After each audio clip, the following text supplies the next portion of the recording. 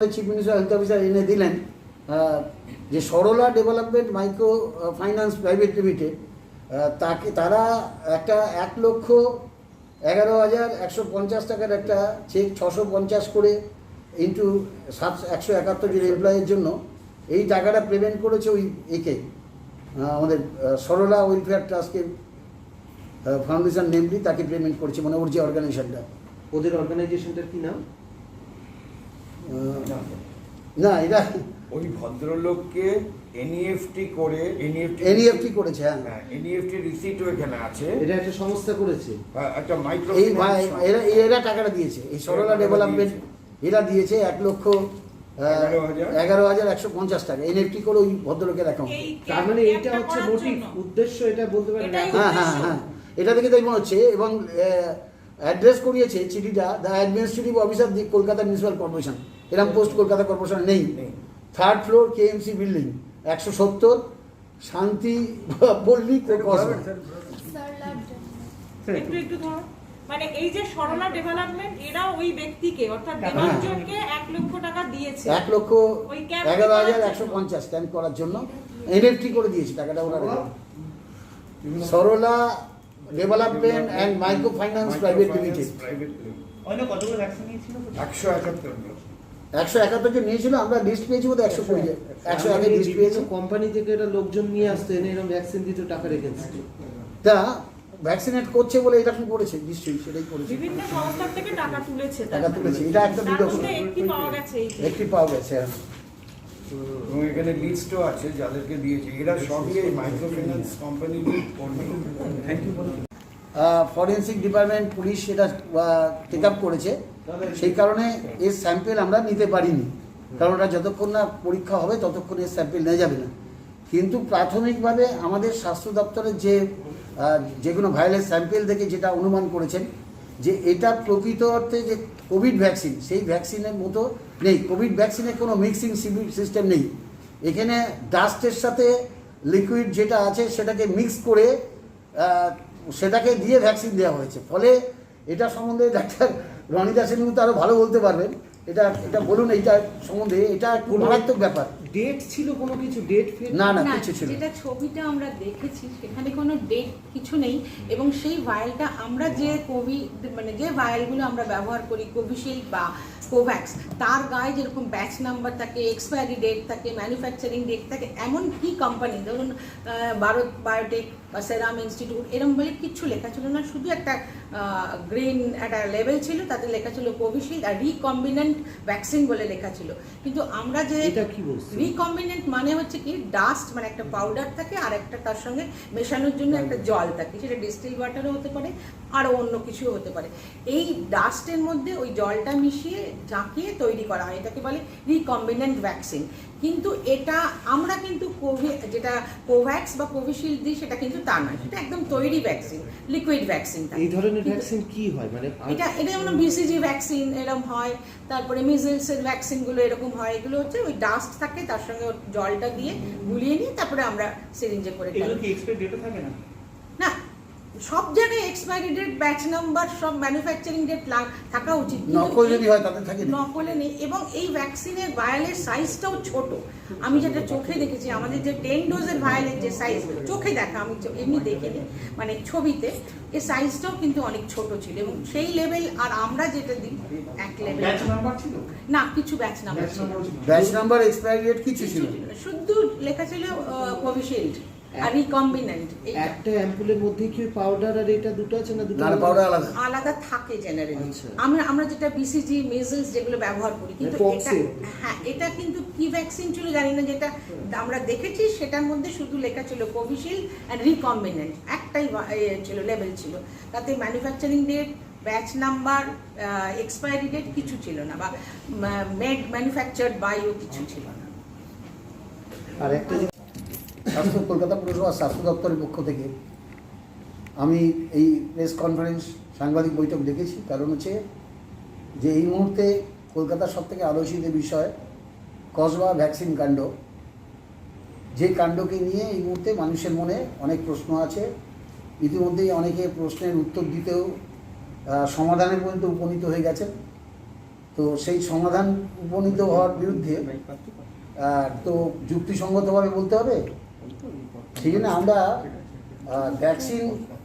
Vaccination যে সিস্টেমটা একদম সেন্ট্রাল গভর্নমেন্ট থেকে স্টেট গভর্নমেন্ট হয়ে কলকাতা পুরসভা তার যে অটো জেনারেল সিস্টেম আছে সেইটার সম্বন্ধে ব্যাখ্যা করার জন্য আমি আমার ডিপার্টমেন্টের যারা এই ব্যাপারে প্রতিনিয়ত ভ্যাকসিনেশনটা কলকাতায় দেখছেন তাদের আমি উপস্থিত করেছি আমার অফিসারদের। এখানে deputy chief minister health officer doctor Ronita Sengupta আছেন, উনি পুরো ভ্যাকসিনটা দেখছেন। এখানে আছেন ডাক্তার তরুণ সাপুই, এই বিষয়টা যিনি তদন্ত করেছেন, বিষয়টা দেখছেন deputy chief minister health officer, এবং ডাক্তার নবারুণ মজুমদার যিনি আমাদের ভ্যাকসিনেশনের ব্যাপারটা পুরো দেখছেন, টেকনিক্যাল সাইডটাও দেখছেন। তা আমি এদের রেখেছি কারণ যে আমি চাইছি যে এনাদের বক্তব্যটাও আপনাদের শোনা উচিত, কারণ এটাই কলকাতা পুরসভার বক্তব্য। প্রথম কথা হচ্ছে যে কসবাতে যে ভ্যাকসিনেশন কাণ্ডটা ঘটেছে, শুধু কসবা নয়, এখন আজকে আমার সিটি কলেজের প্রিন্সিপাল তিনিও এটা সম্বন্ধে আজকে একটা প্রেস কনফারেন্স করেছেন। কিন্তু দুর্ভাগ্যের বিষয় যে কলকাতার খুব সাধারণ মানুষ, দেশের সাধারণ মানুষও জানেন, যাদের শিক্ষা অতি নগণ্য তারাও জানেন যে ভ্যাকসিন নিতে গেলে তাকে রেজিস্ট্রেশন প্রথম করাতে হয়। রেজিস্ট্রেশন করার জন্য তার কী লাগে? আধার কার্ড লাগে, প্যান কার্ড লাগে, অথবা ভোটার আইডি কার্ড লাগে। রেজিস্ট্রেশন কেন করতে হয়? না, রেজিস্ট্রেশন করলে ভ্যাকসিন নেওয়ার সঙ্গে সঙ্গে ভ্যাকসিন আপনি নিয়ে এসছেন সেটা কনফার্ম করার জন্য আপনার মোবাইলে মেসেজ আছে। তো এইটা জানার পরও যারা যারা এই প্রতারকের কাছ থেকে প্রতারকের নেতৃত্বে যে ভ্যাকসিনেশন ক্যাম্পগুলো আয়োজন করা হয়েছিল সেখানে যারা ভ্যাকসিন দিয়েছেন তারা কিন্তু শহরের সব শিক্ষিত মানুষ। আমার সিটি কলেজের প্রফেসর, প্রিন্সিপাল থেকে শুরু করে ছাত্ররা নিয়েছেন। যেখানে কসবা কাণ্ডে যারা নিয়েছেন তারা সব শিক্ষিত মানুষ।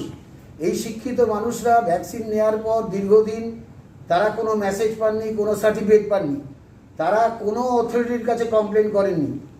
অথরিটির কাছে কমপ্লেন করেননি, যে কারণে আজকে থেকে বেশ কয়েকদিন আগে আমার সিটিসিতে নেওয়া হয়েছে, সিটি কলেজে নেওয়া হয়েছে, তারা কোনো কমপ্লেন করেননি। অথচ এইটা দেখানো হচ্ছে যে যেন প্রশাসন বলতে কলকাতা পুরসভার দায়িত্ব। আমি দ্ব্যর্থহীন ভাষায় বলছি, যদি কেউ বলে থাকেন তিনি ভুল বলছেন, যদি কেউ আলোচনা সভা বসিয়ে থাকেন তারা ভুল বলছেন।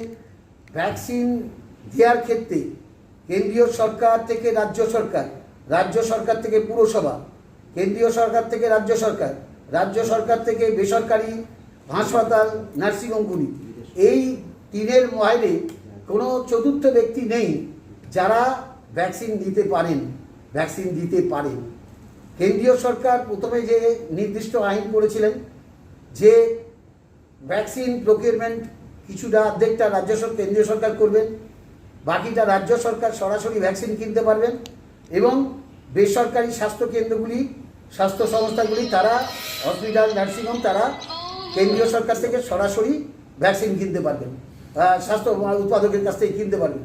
সেই অনুযায়ী ভ্যাকসিনেশন পলিসি তৈরি হচ্ছিল, কিন্তু জুন মাসের মাঝামাঝি নাগাদ কেন্দ্রীয় সরকার আবার সিদ্ধান্ত পরিবর্তন করলেন, বললেন যে যা ভ্যাকসিন উৎপাদন হবে তার 75% কেন্দ্র সরকার কিনবে, কেন্দ্র সরকারই রাজ্য সরকারকে দেবে, রাজ্য সরকার সরাসরি কিনতে পারবে না, আর 25% বেসরকারি স্বাস্থ্যকেন্দ্র কিনবেন, তারা তাদের উৎপাদকের অ্যাপসে টাকা পাঠিয়ে দেবেন, কিন্তু ভ্যাকসিনটা অ্যালট করবেন পশ্চিমবঙ্গ সরকার, মানে বিভিন্ন স্টেটের সরকার। এবং এর মধ্যে হচ্ছে তৃতীয় কোনো চতুর্থ কোনো ব্যক্তি নেই যারা এই ভ্যাকসিন প্রকিউরমেন্ট করতে পারবেন, ভ্যাকসিন দিতে পারবেন। অর্থাৎ দাঁড়াচ্ছে যে কলকাতা পুরসভা বা রাজ্য সরকার একটি পক্ষ, আর বেসরকারি স্বাস্থ্যকেন্দ্রগুলি একটি পক্ষ, আর একটি পক্ষ হচ্ছে কেন্দ্রীয় সরকার। এই তিনের বাইরে ভ্যাকসিনের মধ্যে কেউ ঢুকতে পারবেন না। ভ্যাকসিন উৎপাদন, ভ্যাকসিন প্রকিউরমেন্ট করা, তার মধ্যে ঢুকতে পারবেন না। তো প্রশ্নটা হচ্ছে যে এর আগে যখন বেসরকারি কেন্দ্রগুলি তারা ভ্যাকসিন প্রকিউরমেন্ট করছেন থ্রু রাজ্য সরকার, থ্রু কেন্দ্রীয় সরকার, তখন তারা যে কোনো মানুষকে ভ্যাকসিনেট করতে পারেন, যে কোনো জায়গায় আউটরিচ ক্যাম্প করতে পারেন। তাদেরকে এই জন্য কোনো অথরিটির কাছে পারমিশন নিতে হয় না, কারণ ভ্যাকসিন একটা যেটা বেরোচ্ছে সেই ভাইরালটার যে নাম্বার আছে সেটা অটো জেনারেটেড রেজিস্ট্রেশন সিস্টেমের মধ্যে আছে। যে মুহূর্তে একটা ভাইরাল থেকে খুলে 10 জনকে ভ্যাকসিনেট করা হবে, সঙ্গে সঙ্গে সেই 10 জনকে তাদের নাম রেজিস্ট্রেশন করার সঙ্গে সঙ্গে অটো জেনারেটেড সিস্টেমের মধ্যে দিয়ে কোউইন অ্যাপসের মাধ্যমে তাদের কাছে মেসেজ চলে আসবে যে আপনি ভ্যাকসিনেটেড হয়েছেন। এই যে ক্যাম্পগুলো কলকাতা শহরে হচ্ছে, একটা পুরসভা বা তারা ক্যাম্প করছেন, আউটরিচ ক্যাম্প করছেন, বিভিন্ন ক্লাব সংগঠন যারা বিভিন্ন সোসাইটি বা বাজার, আমরা যে সুপার স্প্রেডার গ্রুপে করেছি, আর আরেকটা বেসরকারি স্বাস্থ্যকেন্দ্র করছেন। তার বাইরে যদি চতুর্থ পক্ষ কেউ বেআইনিভাবে অর্গানাইজ করে, তাদেরকে এই যে বলা হচ্ছে যে কলকাতা পুরসভার কাছ থেকে অনুমতি ছাড়া কি করে হলো? পুরসভা অনুমতি দেওয়ার মালিক নন। যদি কেউ বলে থাকেন পুরসভা অনুমতি দেওয়ার মালিক, তিনি আইনটা খুলে দেখিয়ে দিন যে ভ্যাকসিনেশন পলিসির কোন জায়গায় বলা আছে যে কেউ যদি ভ্যাকসিনেশন ক্যাম্প করেন তাকে কলকাতা পুরসভার অনুমতি নিতে হবে। এটা একটা মিথ্যা প্রচার হচ্ছে, ভুল প্রচার হচ্ছে, অসত্য প্রচার হচ্ছে। কোনো জায়গায় এটা আইনে কেউ দেখতে পারবেন না। তো স্বভাবতই যারা বলছেন তার দায়টা, যারা বলছেন সেই দায়টা তাদের নিতে হবে। তৃতীয়ত যারা বলছেন তারা না জেনে বলছেন, কেউ আসর বসিয়ে দিচ্ছেন, আসর থেকে তারা বলছেন। আমার কথা হচ্ছে কোন জায়গায় বলা আছে? বেসরকারি স্বাস্থ্যকেন্দ্রের কোনো আধিকারিককে জিজ্ঞেস করুন যে আপনি আউটরিচ ক্যাম্প করতে গেলে কলকাতা পুরসভাকে জানাতে হবে, এরকম কোনো নির্দেশ আপনার উপর আছে? জিজ্ঞেস করুন উডল্যান্ডসকে, জিজ্ঞেস করুন অ্যাপেলোকে, জিজ্ঞেস করুন পিএলডিএসকে, এরকম কোনো নির্দেশ আছে? দ্বিতীয়ত হচ্ছে আমরাও কলকাতা পুরসভা যেটা করছি, কারণ প্রত্যেকটা ভ্যাকসিনের এগেনস্টে একটা অনলাইন অটো জেনারেটেড সিস্টেমে সেটা আপলোড হচ্ছে। ফলে আজকে সারা ভারতবর্ষে কত লোককে ভ্যাকসিনেশন করা হলো, কোন গ্রুপের ভ্যাকসিন দেওয়া হলো, এটা সঙ্গে সঙ্গে কেন্দ্রীয় সরকারের নজরে আসছে, সংশ্লিষ্ট রাজ্য সরকারের নজরে আসছে, সংশ্লিষ্ট পুরসভার নজরে আসছে। এই ভ্যাকসিনের বাইরে যদি কোনো বেআইনি জাল ভ্যাকসিন কেউ দেয় তাহলে সেটা তো নজরে আসবে না। কারণ এখনো পর্যন্ত যে সিস্টেম, সেই সিস্টেমে অটো জেনারেটেড সিস্টেমের মধ্যে দিয়েই ভ্যাকসিন কোথায় কি ব্যবহার হচ্ছে সেটা জানা সম্ভব, তার বাইরে কেউ জানতে পারবে না। আর এখানে কোনো নির্দেশিকা নেই কেন্দ্রীয় সরকার বা রাজ্য সরকারের, যে নির্দেশিকায় বলা হচ্ছে যে কলকাতা পুরসভার অনুমতি ছাড়া কলকাতা পুরো এরিয়ায় ভ্যাকসিনেট করা যাবে না। এরকম কোনো নির্দেশ কোনো জায়গায় নেই।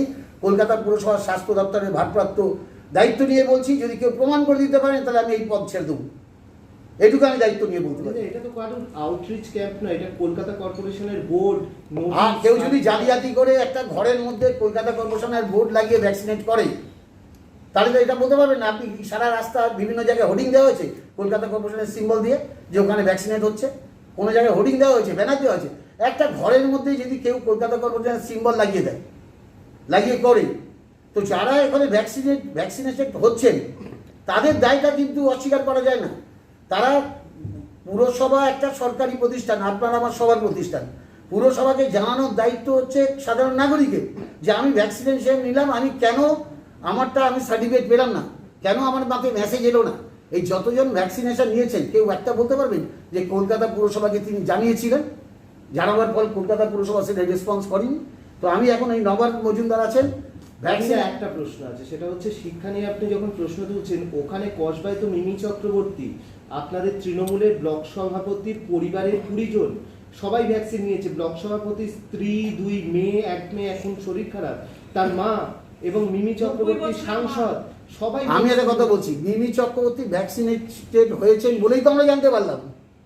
নাহলে তো আমরা মিমি চক্রবর্তী যখন সার্টিফিকেট পেলেন না তখনই তো আমাদের ফোন করে জানিয়েছেন যেটা পুরসভার অনুমোদিত কিনা, আপনারা জানেন কিনা। এখন আপনার 70 জন নিয়েছে সিটি কলেজে, এখানে প্রায় আমাদের কাছে লিস্ট আছে 110 জনের লিস্ট আছে। সো 110 জন নিয়েছে, এদের মধ্যে তো শুধু আমাদের জানিয়েছেন মিমি চক্রবর্তী, আর তো কেউ জানাননি। 18 তারিখ আপনাদের স্থানীয় ব্লক সভাপতি তার পরিবারের। দেখুন, ব্লক সভাপতি পার্টি অর্গানাইজেশন লোক, সে কি বলছে, সে কি করছে সেখানে জানাচ্ছে না, এর উত্তর আমি দিতে পারবো না। আমার তো লেভেলটা ওই লেভেলে নয় যে উনি কি করছেন সেটা আমার জানা সম্ভব, আমার পক্ষে সম্ভব নয়। কিন্তু আমি বলছি মিমি চক্রবর্তী আমাদের ফোন করে জানিয়েছিলেন বলেই তো আমরা জানতে পারলাম। মিমি চক্রবর্তী ছাড়া যে এতগুলো মানুষ নিয়েছেন, কেউ তো একজন ফোন করে আমাদেরকে জানতে চাননি যে আমার কাছে মেসেজ এলো না, আমি কেন, এটা কি জেনুইন ভ্যাকসিন, তারা জানতে চাইছেন। তো মিমি চক্রবর্তী জানতে চাইছেন আমার কাছে ফোন করে, এটা তো অন্য কেউ চাননি। তো ফলে এটা পার্ট অফ রেসপন্সিবিলিটি কিন্তু যারা ভ্যাকসিন নিয়েছেন তাদের উপর দায়িত্ব বোধ করি। গত পরশুদিন পুরসভা থেকে একজন কর্মী গিয়েছিলেন আপনাদের হেলথ ডিপার্টমেন্টের, গিয়ে ওখানে খোঁজ নিয়েছিলেন, তখনও কি আপনাদের কাছে তথ্য? না, পুরসভা থেকে যে হেলথ ডিপার্টমেন্টে যে কর্মী খোঁজ নিয়েছিলেন এই তথ্যটা আপনার কাছে আছে, আমার কাছে তো নেই। এরকম তথ্য তো আমাদের কাছে অফিসিয়ালি নেই। তথ্য আপনাদের 112 নম্বর ওয়ার্ডের মেডিকেল অফিসারের কাছে আছে, তিনি বক্তব্য জানিয়েছেন। তিনি বক্তব্য জানিয়েছিলেন, তিনি কিন্তু আমাদের জানাননি, আমাদের কাছে কোনো রিপোর্ট নেই। মেডিকেল অফিসারের পক্ষ থেকে যদি কোনো তদন্ত হয়ে থাকে সেই রিপোর্ট আমাদের নেই। মেডিকেল অফিসার যদি কোনো বলে থাকেন এরকম যদি ডকুমেন্টস দেখাতে পারেন তাহলে আমরা তাকে শোকজ করবো, তিনি আমাদের জানাননি কেন, তাকে আমরা শোকজ করবো না। আমি তার আগে একটা ইম্পর্টেন্ট পার্ট আমি যেটা 112 জন, তাই তো 112 জনের মধ্যে কতজনকে দেখেছি আমরা 70 জনের আজকে স্বাস্থ্য পরীক্ষা করেছি কোন এলাকায়? ওই কসবায় 70 জনের আমরা স্বাস্থ্য পরীক্ষা করেছি। এই 70 জনের স্বাস্থ্য পরীক্ষার যে রিপোর্টটা আমাদের ডিপার্টমেন্টের সেটা আমরা জানাই। This is to bring your kind notice that the health camp has been organised by today at 9 AM Cosba New Market as per directive of Deputy Mayor for those beneficiaries who has been falsely vaccinated to see if there is any adverse reaction against it. Health camp is accommodated by Deputy CMHO 4 and Medical Officer Urban Primary Health Center 107. As per observation, most of the patients complain of panic attack. A quite number of patients presented with body headache and pain and ecchymosis at the vaccination site. However, no major complaint is noted from the patient. Consequently, medicine has been prescribed to the patient, were asked to draw it home UPSC 107. Patients were directed to attend Urban Primary Health Center 107 if required in near future. ঠিক আছে, এইটা হচ্ছে যে report, যে রিপোর্টের মধ্যে বলছে সেরকম কোনো আমরা অ্যাবনর্মালিটি কিছু পাইনি। কিছু হেডেক, গা হাত পায়ে ব্যথা আর কিছুটা স্কিনের উপর কিছুটা দাগ আসা, এছাড়া মেজর কমপ্লেন পাইনি। কিন্তু মোস্ট অফ দ্য ভ্যাকসিনেটেড যারা ফলসলি ভ্যাকসিনেটেড হয়েছে তারা প্যানিকড। এটাই একটা প্রশ্ন, সেটা হচ্ছে যে পুরসভার কি এরকম কোনো মেশিনারি আছে যে কেউ এরকম ভাবে ফলস ভ্যাকসিনেশন করছে কিনা, বা এই যে বিভিন্ন জায়গায় কোনো জায়গায় ক্যাম্প হচ্ছে কিনা? এটা তো একদিন না, বেশ 2-3 দিন ধরে এই ক্যাম্পটা চলছিল।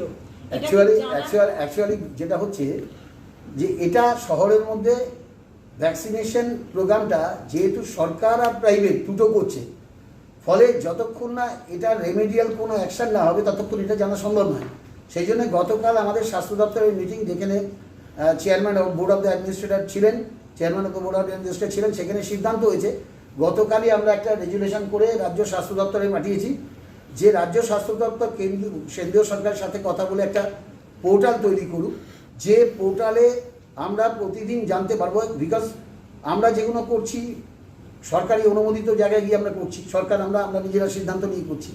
আর বেসরকারি হাসপাতাল তাদের সেন্টার ছাড়াও তারা যখন আউটরিচ, কারোর সাথে কন্ট্যাক্টে আউটরিচ ক্যাম্প করছেন, তাদের ডে টু ডে ওটা আপলোড করতে হবে যাতে আমরা দেখতে পারি। এবং এই যে পোর্টালটা হবে, এই পোর্টালের অ্যাক্সেসটা যাতে আমরা পাই এবং আমাদের মাধ্যমে আমাদের বড় হেলথ অফিসার পায়, আমরা লোকাল থানাকেও এই অ্যাক্সেসটা দিতে পারি, যে তারা রেগুলার এই পোর্টাল খুলে চেক করে নেবেন যে তাদের অঞ্চলে কতগুলো আউটরিচ ক্যাম্প হচ্ছে, কোন কোন হসপিটালে আউটরিচ ক্যাম্প হচ্ছে। বলছি এই যে ওখানে যে আরও রেজিস্ট্রেশন হচ্ছে না, মিমি চক্রবর্তী তো ওখানে গিয়েছিলেন, তিনি সেটা দেখার পরে কী করে ভ্যাকসিন নিলেন? উনি ভ্যাকসিন নেওয়ার পর যখন 1 ঘন্টা 8 ঘন্টা ওয়েট করার পর যখন ওনার কোনো মেসেজ আসেনি, উনি তারপর জানিয়েছেন। উনি যখন জিজ্ঞেস করেছেন যে উনি তার জানতে চেয়েছে যার কোনো সিস্টেম আছে যে পরে মেসেজ আসবে, পরে মেল আসবে, এটা তিনি জানতে চেয়েছেন, তখন আমরা জানতে পেরেছি। তার আগে তো পর্যন্ত আমরা জানতে পারিনি।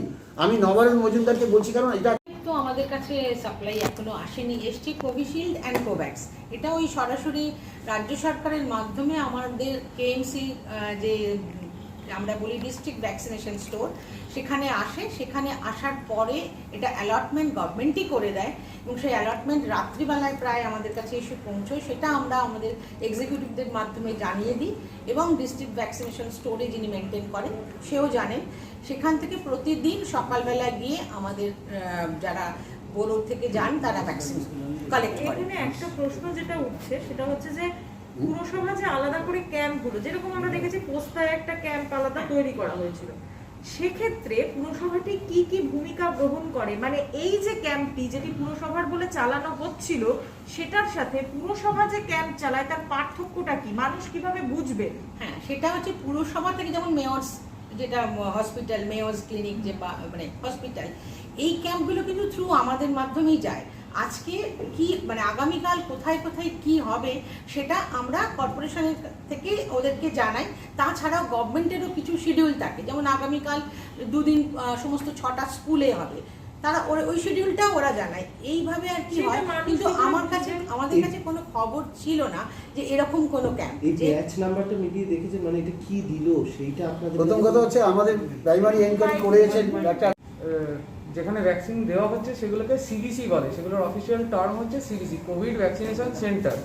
তো এই কোভিড অ্যাপ্লিকেশনটার মধ্যে আগে আমরা যদি কোথাও ভ্যাকসিনেশন করি সেখানে একটা কোভিড ভ্যাকসিনেশন সেন্টার ক্রিয়েট করতে হয়, মানে একটা ডিজিটাল সিবিসি ক্রিয়েট করতে হয়। এবারে যখন মানুষে আসছে ভ্যাকসিন নিতে, দুটো উপায় থাকতে পারে। এক হচ্ছে সে নিজেকে আগে থেকে কোভিনে রেজিস্টার করে রেখেছেন, তো তখন তার যেই পার্টিকুলার নাম্বারটাতে দিয়ে সে নিজেকে রেজিস্টার করেছে, সেই নাম্বারটা আমরা যখন এই সিবিসির মধ্যে পুট করি তখন তার নামটা ভেসে ওঠে, আমরা তাকে ওই সেশনে অ্যাড করি। আর দ্বিতীয় হচ্ছে ধরুন আমাদের এরকম অনেক লোকই আছে যারা এতটা টেকনোলজি বা কম্পিউটার এতটা বোঝে না, তো তাদের জন্য হচ্ছে ওয়াকিং, মানে তাদের জন্য হচ্ছে যে সে তার আধার কার্ড বা ডকুমেন্ট, মানে আধার, ভোটার, প্যান, পাসপোর্ট, এই চারটে, আরও 2-4টা আছে, পেনশন বুক, এরকম কিছু কিছু আছে। তো মেন হচ্ছে আধার, ভোটার, প্যান, পাসপোর্ট, এই চারটের মধ্যে সে কোনো একটা ডকুমেন্টের জেরক্সটা যদি সে নিয়ে আসে, আমরা সেই আইডির যে নাম্বারটা আছে সেটা দিয়ে তাকে ডোজ 1-এর জন্য ওইখানে রেজিস্টার করে তারপর তাকে ডোজ দেওয়া হয়। এবারে যেটা হচ্ছে যে কেউ যদি নিজের থেকে যখন সে রেজিস্টার করছে কোভিনে, তার কাছে একটা SMS যায় কিন্তু যে আপনি কোভিনে রেজিস্টার করেছেন, আপনার অমুক বেনিফিশিয়ারি নাম্বার, আর বেনিফিশিয়ারি নাম্বারের লাস্ট 4টে ডিজিট হচ্ছে আজকাল এটা একটা সিক্রেট কোড বলে বলছে।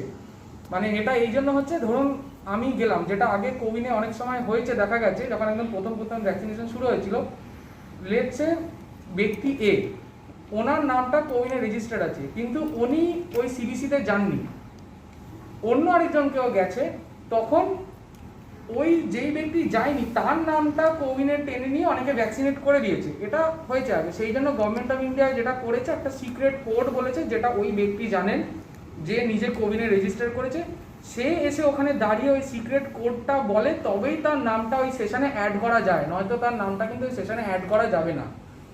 তো প্রথমে নামটা শিডিউলভাবে সেশনে অ্যাড হয়, তারপর নেক্সট হচ্ছে ভেরিফাই করা হয়। ভেরিফিকেশনের অনেকগুলো পদ্ধতি আছে, তার মধ্যে একটা হচ্ছে বেশিরভাগগুলো হচ্ছে আধার বেস, আর যারা আধার নাম্বার দিয়ে মানে রেজিস্টার করেনি তাদেরটা হচ্ছে ওই আধার ভেরিফিকেশন দিয়ে করতে হয়। আধার ভেরিফিকেশন করতে হলে তখন এই সিক্রেট কোডটা লাগে, সেটা দিয়ে ভেরিফিকেশন হয়ে গেলে তারপরে সে চলে যায় ভ্যাকসিন নিতে।